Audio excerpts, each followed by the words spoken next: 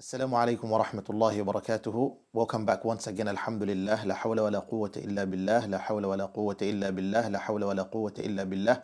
And inshallah ta'ala, what we will do in these two ajzā that we have, juz number 26 and juz number 27, we combine them together because number 28, 29 and 30, 28 stand on its own, but 29 and 30 can be put together to a certain extent.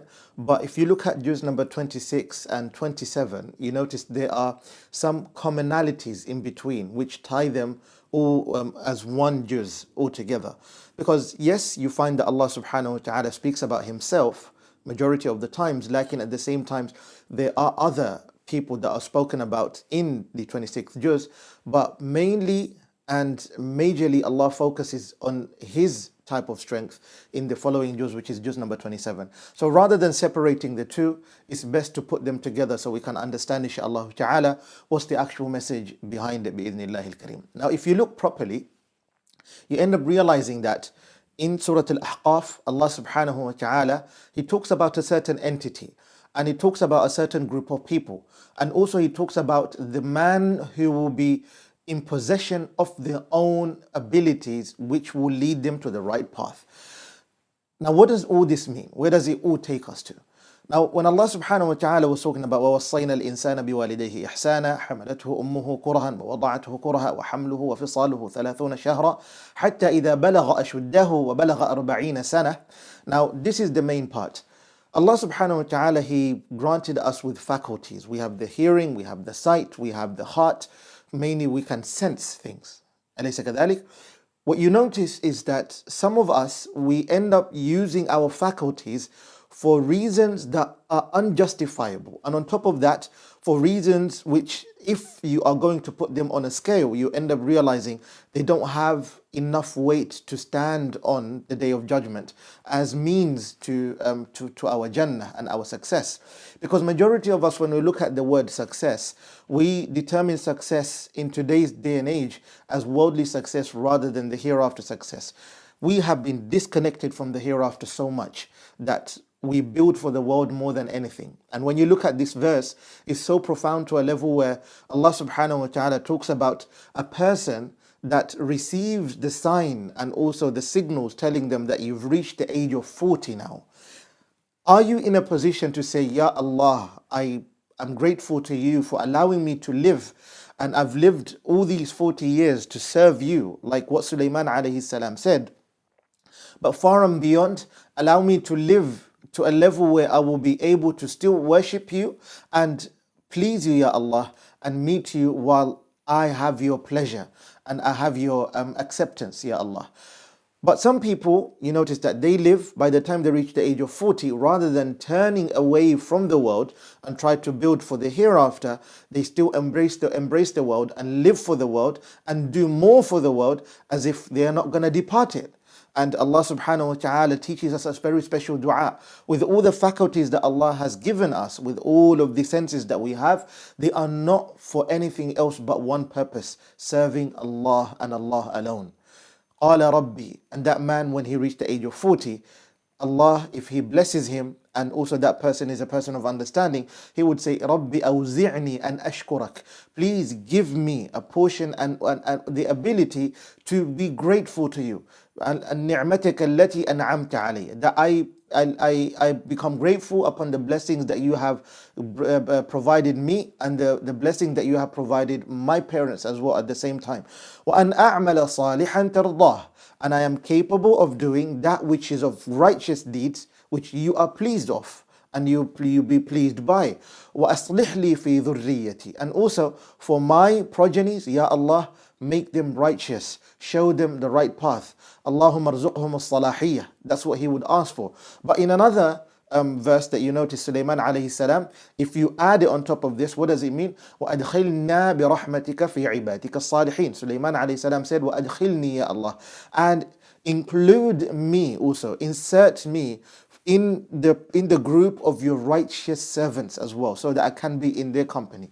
Meaning to say, when a person is gifted the ability to live up to the age of 40, what they do is they tell Allah, Ya Allah, you've given me all this time up to here, now allow me to live just to give my energy to you and to be of your service, Ya Allah.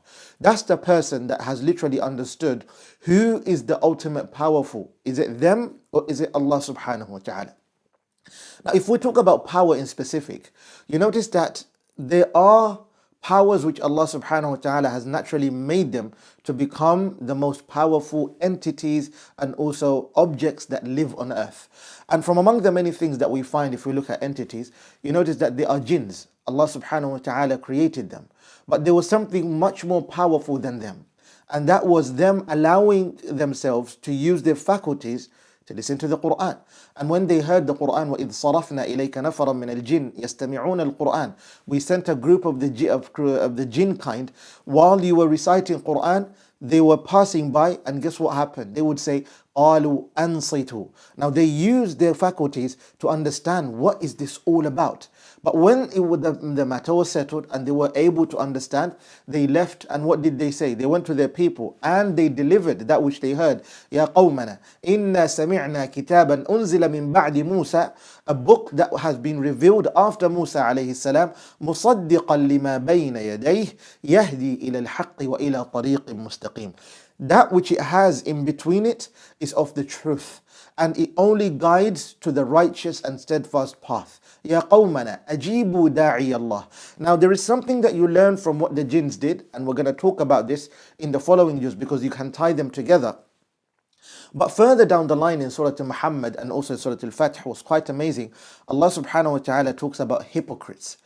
The hypocrisy which they manifested when one of them is told about al-qital, about striving on the path of Allah subhanahu wa ta'ala, as the believers, they would literally follow Rasulullah sallallahu alaihi wasallam, even if it was a matter of life and death, and they know life, the probability of life is very low, and what they have to do is just abide. They will still go out with an open and wide chest so that they can attain the pleasure of Allah subhanahu wa ta'ala. But if you look at the hypocrites, what would they do? رَأَيْتَ الَّذِينَ فِي قُلُوبِهِمْ مَرَضٍ, you would see those in their hearts whom they contain diseases. يَنْظُرُونَ إِلَيْكَ نَظَرَ الْمَغْشِيِّ عَلَيْهِ مِنَ الْمَوْتِ, they look at you as if death has already covered them up. Death has already overcome them to that extent, and that's how they fear going down to the battlefield or doing something for sacrificial reasons for the sake of Allah subhanahu wa ta'ala, and they were not ready for that. فَأَوْلَى لَهُمْ طَاعَةٌ وَقَوْلٌ مَعْرُوفٌ فَإِذَا عَزَمَ الْأَمْرُ فَلَوْ صَدَقُوا اللَّهَ لَكَانَ خَيْرًا لَهُمْ. If they took Allah to be truthful enough for them, it would have been better for them. Exactly. But what they decided to do is look at this worldly life. Now, what does this entail? The hypocrites, what made them to become hypocrites and also deserters, and on top of that they would commit treason, and on top of that they were traitors, is because to them the price of this world was far more greater than the price of Jannah. They looked at the world as the world was more magnificent than the world which is unseen, the world that they have not reached, they have not seen for their life, they haven't even fathomed for once that they will be there. And for that reason, that led them to kufr and disbelief. And even when they were summoned to that which will bring them the best of results in the hereafter, they feared it the most, fearing the fact that they would not be content after their death. They forget the fact that once you die, that's it. All the doors of this world is closed and death is inevitable. They don't even think about that. They cannot fathom it. Now, what makes them to become that weak? It's because of embracing their desires, embracing the world. And remember on the previous news, what did we talk about? The dangers of desires. When you follow emotions and you follow your own desires, your desires end up becoming your God. What is a God? What do we determine as a God? A God is that power which is far more greater than mankind and anything that is created, and every single creation is under its submission. That's what it is. Now, one might decide to take their own desires to be their God when they submit themselves to their emotions. If their emotions literally drive them towards a path and they decide to take that path, that is your God. If you decide to follow someone, let's say you follow a boss, and you know literally that boss is taking you to a path that is wrong, and you are willing to serve that boss to the rest of your life. Just like masters who have slaves, when they guide their slave to commit even a felony, or maybe a murder, or maybe it's a crime, whatever it might be, and these slaves, they fulfill the command of the slave, they are slaves of that master. And you notice it's the same thing. Basically, they worship the master. But when Allah subhanahu wa ta'ala was talking about turning against the world, turning this world and making this world to be something that which will be on your back, that's basically a metaphor of saying you don't turn away from the world and you turn your back against the world. That's not how it works. But what it works is like you detach your heart from the world. Meaning to say, when you understand that Allah subhanahu wa ta'ala is that which the greatest of who deserves to be worshipped as the main and the only Lord that exists in this entire universe and its creation, the master that controls it, you end up understanding what he wants from us is his worship and not the worship of our own souls and not the worship of anything else. Otherwise, we become weak and we become slaves upon that one thing which we want to master. And what does that mean? When we believe that that is power, we end up finding ourselves diminishing to a level where, and also becoming miser and despised to a level where we end up realizing we took the wrong path rather than taking the right path. And this is literally demonstrated beautifully in Surah Al-Fatih. How? Surah Al-Fatih in itself, where did it come from? The believers always thought that which the non-believers always thought that which the eyes see is exactly what power means. Suhail ibn Amr comes to Rasulullah sallallahu alaihi wasallam. He does not address him as a Rasulullah. The next thing he does, he says Muhammad ibn Abdullah. Even when Umar and Abu Bakr and the likes of them, they were there while the Treaty of Hudaybiyah was being formalized and enacted at the time and being written. They didn't want Suhail ibn Amr to write down Muhammad ibn Abdullah. They wanted Muhammadur Rasulullah. But Suhail said, I don't acknowledge him as a prophet. He's just a man just like yourself and me. I would acknowledge him as Muhammad ibn Abdullah. So this treaty will have the name Muhammad ibn Abdullah versus Suhail ibn Amr on behalf of the Meccans and Muhammad on behalf of the Medinians. Now remember, what did they do? They separated the two cities to become each one of them a state of its own. That's how it worked. And Rasulullah sallallahu alaihi wasallam, as he looks at the treaty's formalization, majority of the clauses provided, they are against the plans and the power of the Muslims. Now looking at the Muslims, they have the lower hand. Suhail ibn Amr has the upper hand. But the differences between the non-believers and the believers, what the non-believers saw with the eyes, they thought that is what power means. And because they had the pride and the boastfulness and thinking that they were the ones that had the upper hand, then they decided to literally put down Rasulullah so much to a level where the Sahabas, Umar ibn Khattab was not able to hold on to himself. Abu Bakr said words that you don't even want to look into. But Umar ibn Khattab wasn't able to hold on to himself to a level where he would ask Rasulullah, Ya Rasulullah, why do we have to have the lower hand? Whereas we deserve the upper hand. We are the people of the upper hand. And then Umar ibn Khattab, the messenger, would not even address him in whatsoever way. Abu Bakr radiallahu anhu would tell Umar, look, if Rasulullah sallallahu alaihi wasallam has decided, it's not upon you to make the decision, okay? Even if it looks like everything is against us, it's upon Rasulullah sallallahu alaihi wasallam. But notice this, Umar ibn Khattab, he regrets and falls into complete despair. And he wonders whether he will be forgiven or not. And he looks at himself as if he will be destroyed by Allah subhanahu wa ta'ala. Later on, after a short while, Rasulullah summons him. He goes to Rasulullah sallallahu alaihi wasallam in his tent. And Rasulullah recites to him the first few verses of Surah Al-Fatih. إِنَّا فَتَحْنَا لَكَ فَتْحًا مُبِينًا لِيَغْفِرَ لَكَ اللَّهُ مَا تَقَدَّمَ مِنْ ذَنْبِكَ وَمَا تَأَخَّرَ وَيُتِمَّ نِعْمَتَهُ عَلَيْكَ وَيَهْدِيَكَ الصِّرَاطَ الْمُسْتَقِيمَ. Umar ibn Khattab, he was so surprised, and the next thing he says is, Ya Rasulullah, afathun hu? Is that really a conquest? What type of conquest are you talking about? We lost everything according to his mind. Now he's talking to himself. How comes this is a conquest? But what literally led to an actual conquest, an actual win, and a blow against the non-believers, this was being referred to Rasulullah sallallahu alaihi wasallam. Because the work that Rasulullah was doing throughout his entire journey was the conquering of the hearts. The conquest of the hearts is the greatest of all conquests. But how could you conquer someone else's heart? It's only when you realize that the conquering of your own heart is what takes place first. If you conquer your heart, it's easier for you to conquer the other heart. But in regards to conquering the other heart, we're going to talk about it for the next juz, which we have tied them together. That's why we said they are interrelated. That's how it is. Now, if you look at in this juz, Rasulullah sallallahu alaihi wasallam now, he commands his people to shave their heads and do what is right, but none of them was doing anything. And then one of the wives of Rasulullah sallallahu alaihi wasallam, according to the riwayat, she tells him, Ya Rasulullah, why not you become an example and they will follow? The next thing Rasulullah sallallahu alaihi wasallam does is he places his head for shaving, and then the Sahabas follow immediately. Didn't the Sahaba have a good reason then and there to tell Rasulullah sallallahu alaihi wasallam, look, you have failed us, وَالْعِيَاذُ بِاللَّهِ, you have failed us and you have not done justice, and what you have signed right now as a treaty, this form and this paper is only going to harm us, and because you're bringing harm to us, we don't really want your leadership anymore. But in fact, what did they do? They followed along with the leadership of Rasulullah sallallahu alaihi wasallam.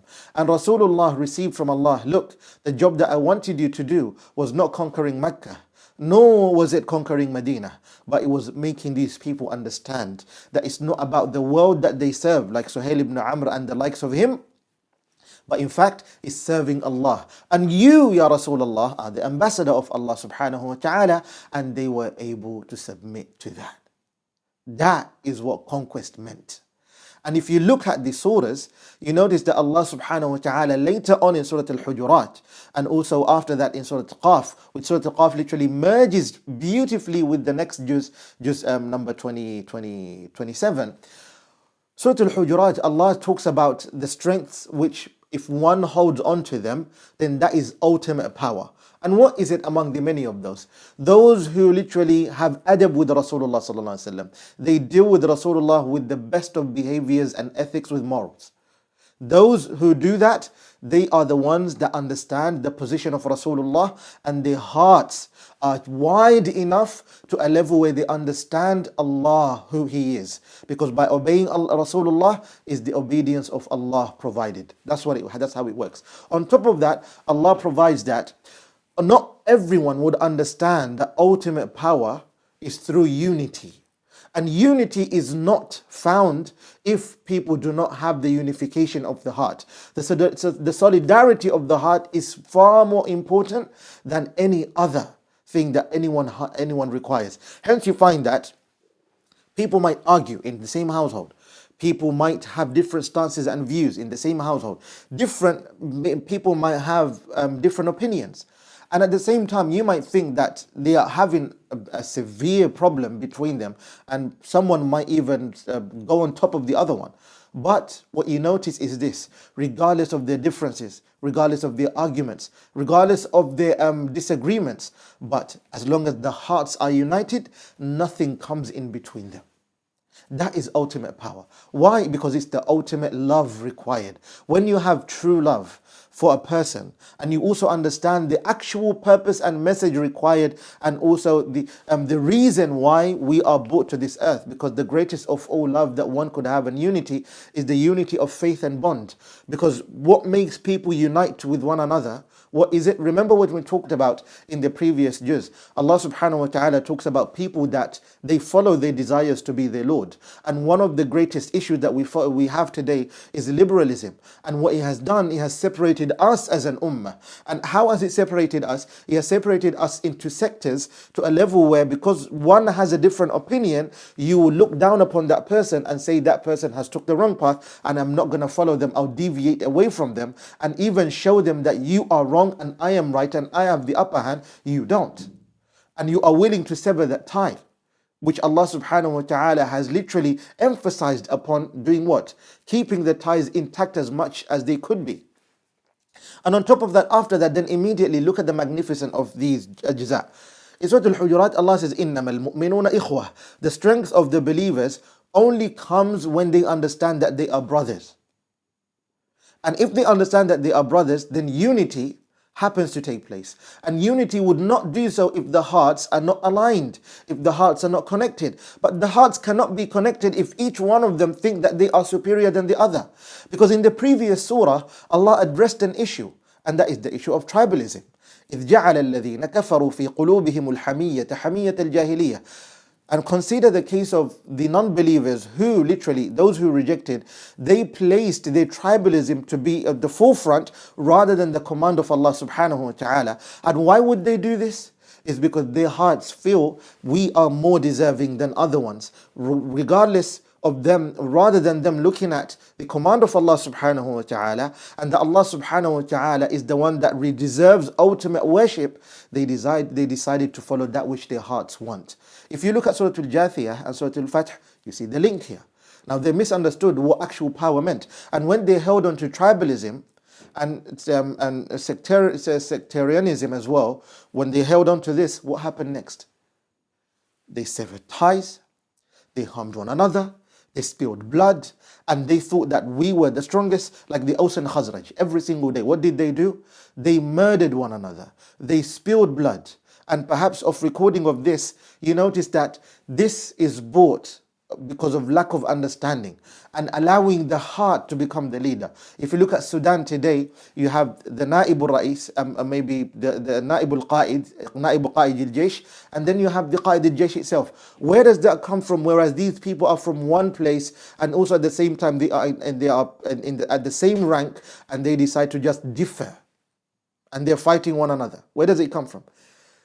Brotherhood, the power of brotherhood is forgotten. The love in the hearts as well, that's forgotten. And each one of them are holding on to their own hearts, thinking that they are right rather than the other one, and then they start harming one another. And Allah subhanahu wa ta'ala was trying to warn us against that type of power. Because when you manifest that power, you forget the ultimate power that's required. And that is submission to Allah and detaching ourselves from this measly world. That's the actual power intended. And then later on, Allah subhanahu wa ta'ala, after that, He talks about His own sovereignty and His own kingdom being the ultimate power on that day in Surah Al-Qaf. يَوْمَ نَقُولُ لِجَهَنَّمْ, the day that we will tell the hellfire, هَلِ امْتَلَأْتْ, are you full enough? Do you have no space at all? وَتَقُولُ هَلْ مِن مَزِيدٍ, and then the hellfire would say in return, are there more that you want to bring in? Because I have enough space. There's enough room over here. That's what the hellfire is saying. What is Allah trying to show us?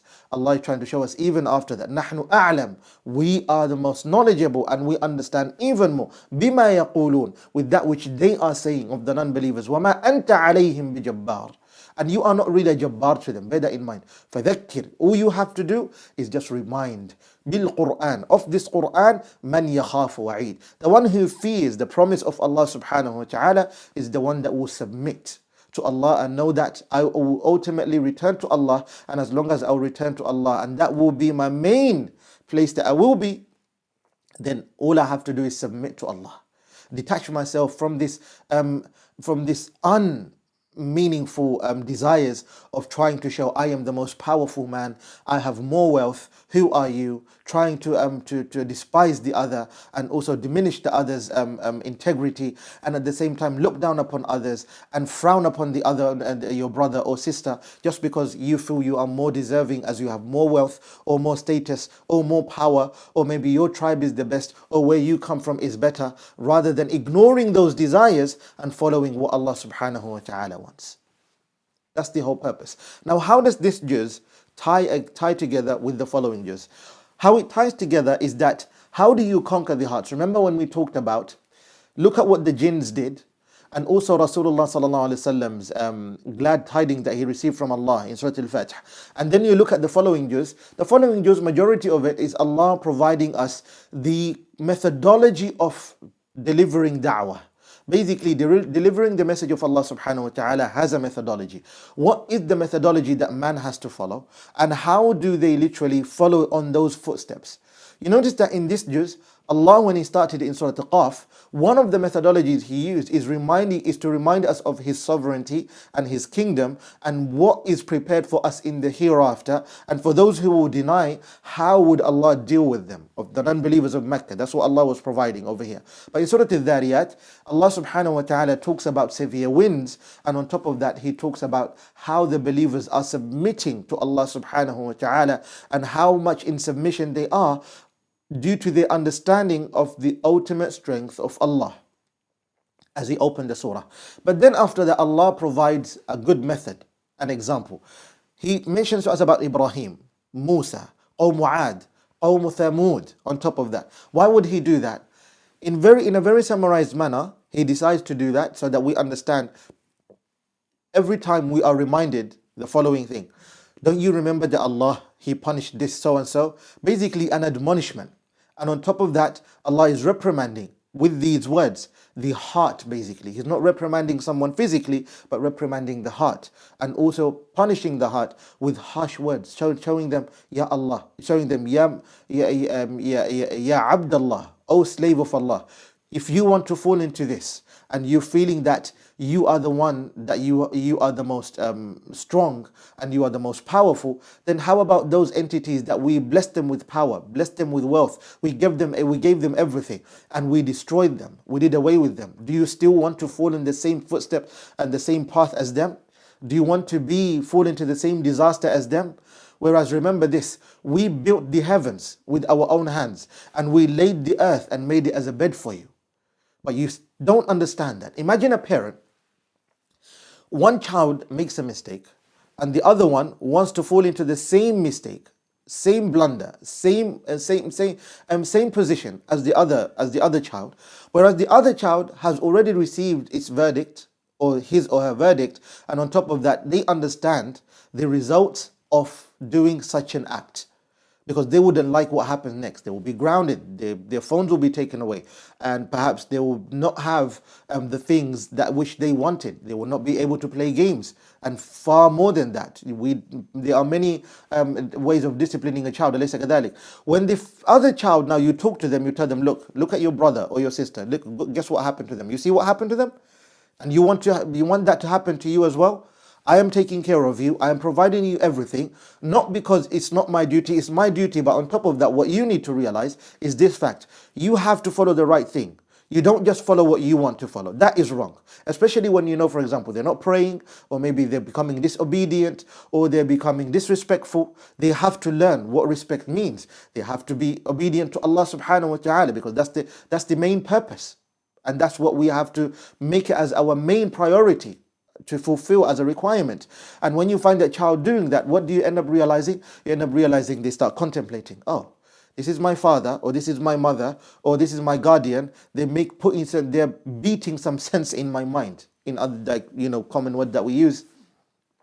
And then they end up realizing that this is how it works. That's why Allah says, all I want from you, O jinn kind, or mankind, is to worship me. I don't want from you any provision or anything in return. Not like other gods of the non-believers in Mecca, Hubal, Lat, Ajzā. What would they do? They would provide them wealth and even that. I don't want anything from that. All I want is your obedience, and I will provide for you.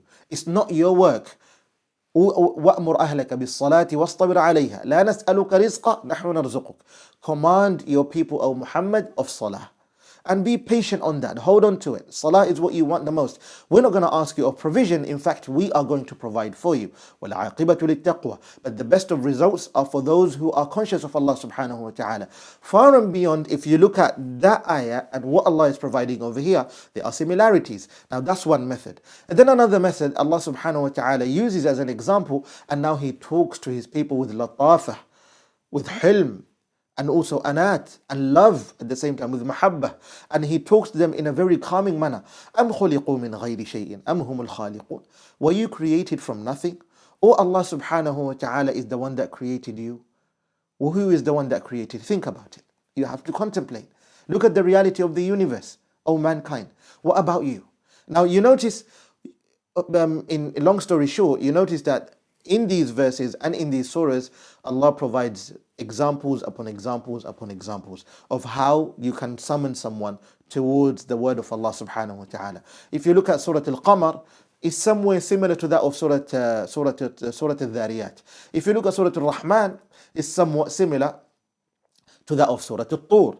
If you look at Surah Al-Najm, perhaps it's quite similar to that of Surah Al-Waqi'ah. Surah Al-Waqi'ah, although it talks about the goodness of paradise, that which Allah has preserved for us, مَا لَا عَيْنٌ رَأَتْ, that which the eyes have not settled on it yet, وَلَا أُذُنٌ سَمِعَتْ, nor has the ear had been able to hear, وَلَا خَطَرَ عَلَى قَلْبِ بَشَرٍ, nor has it ever passed through the mind of mankind. They haven't even been able to think about it. Now, even if Allah talks about وَفَاكِهَةٍ كَثِيرَةٍ لَا مَقْطُوعَةٍ وَلَا مَمْنُوعَةٍ وَفُرُشٍ مَرْفُوعَةٍ, beds that have been lifted, and on top of that, there are so many fruits, and far beyond that, Allah is talking to us in a way to show us, look, what I prepared for you over there is far more beautiful than that which you want to hold on to on this world.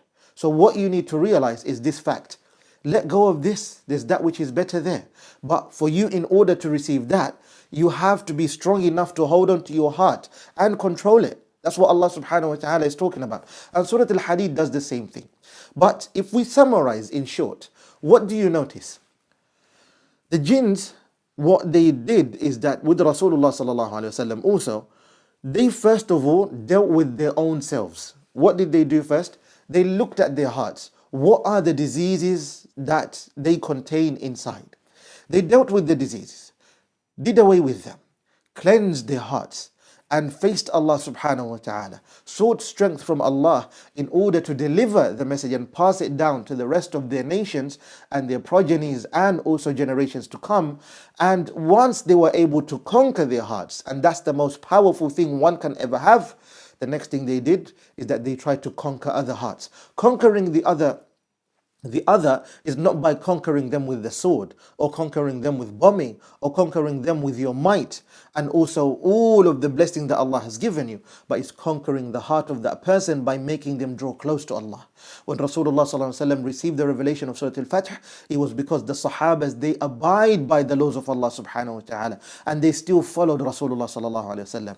And Rasulullah ﷺ is being told, as a methodology of how you can summon these people, this is exactly how I'm guiding you in the following juz. Look at these Ajzā, look at these surahs and the chapters. All you have to do is use these examples in order for you to deliver the message of Allah. When Allah subhanahu wa ta'ala gave Rasulullah as a gift the conquest of Mecca, what was one of the things that Rasulullah sallallahu alaihi wasallam did? He forgave them all and told them, you are all free. I have set you all free because I have forgiven you. Not because they were free people, but He is the one that set them free by forgiving them. Why would He do that? It's a means to show them. Remember, we said that among the means that Allah uses as da'wah is to show love and discuss with people with harmony and peace. أليس كذلك? And Rasulullah provided them peace so that they can come close to the da'wah of Allah subhanahu wa ta'ala, to the calling of Allah and the invocation of Allah subhanahu wa ta'ala. Just like Abu Sufyan. أليس هو الذي جعل أو سبب كذلك غزوة بدر? Isn't he the one who literally caused the main causality of the battle of Badr? He is the reason. أليس كذلك? And you notice that he himself, Rasulullah sallallahu alaihi wasallam, speaks to him, and Abu Sufyan embraces Islam. Came from becoming a staunch enemy, holding animosity against Rasulullah and enmity, and on top of that, and then he flips and he becomes the follower of Rasulullah, a loving member of Rasulullah, a man of unity and a man of brotherhood. And when he understood that that was the ultimate power required from mankind, he literally conquered his desires, conquered his feelings, and realized these were the wrong powers which I thought they were, and these are the right strengths that I require, and that is the strength of Allah subhanahu wa ta'ala. So bear in mind, ikhwat al-kiram, what one requires in today's day and age is conquering the hearts. You need to ensure that you do what? You conquer your heart by detaching yourself from worldly desires, by detaching yourself from your emotions. Just like when Rasulullah sallallahu alaihi wasallam, when he said, "Laysa shadidu bis-sur'ah." Strength is not when you are ready to rumble and literally go on a wrestle. No. But strength, إنما الشديد الذي يملك نفسه عند الغضب. In fact, strength is from the one that literally who is capable to conquer their anger at a time when they are extremely angry, especially when they know they have the upper hand and they can forgive at the time. That is a strong person. That is a person who is powerful, because it's a matter of this little heart here. You see this little piece which runs the whole body? This is what Quran came to deal with. And once a person understands how severe it can make a person become, but also how loving and merciful that it can make a person become, you end up realizing it's upon them to decide what path they want to take. But for you and I, the path that we should take is understanding how strong we have to become in order to hold on to our hearts and hold on to its reign, so that it doesn't get out of hand and do that which is haram, fall upon the sins which cause the wrath of Allah to fall upon us, and on top of that, to take away the rights of others, just like how many people become tyrants, and as you can see the world today. May Allah subhanahu wa ta'ala make us a people that are righteous, that can conquer our own hearts and not fall into the desires of this world, and on top of that, we become a people that impact positively and leave behind that which is the best of remembrance and also of memories, so that people can remember us in a good way, and on top of that, they can use us as examples for the generations that would come after us. Wa sallallahu wa sallam wa baraka ala nabiyyina Muhammad wa ala alihi wa sahbihi ajma'in.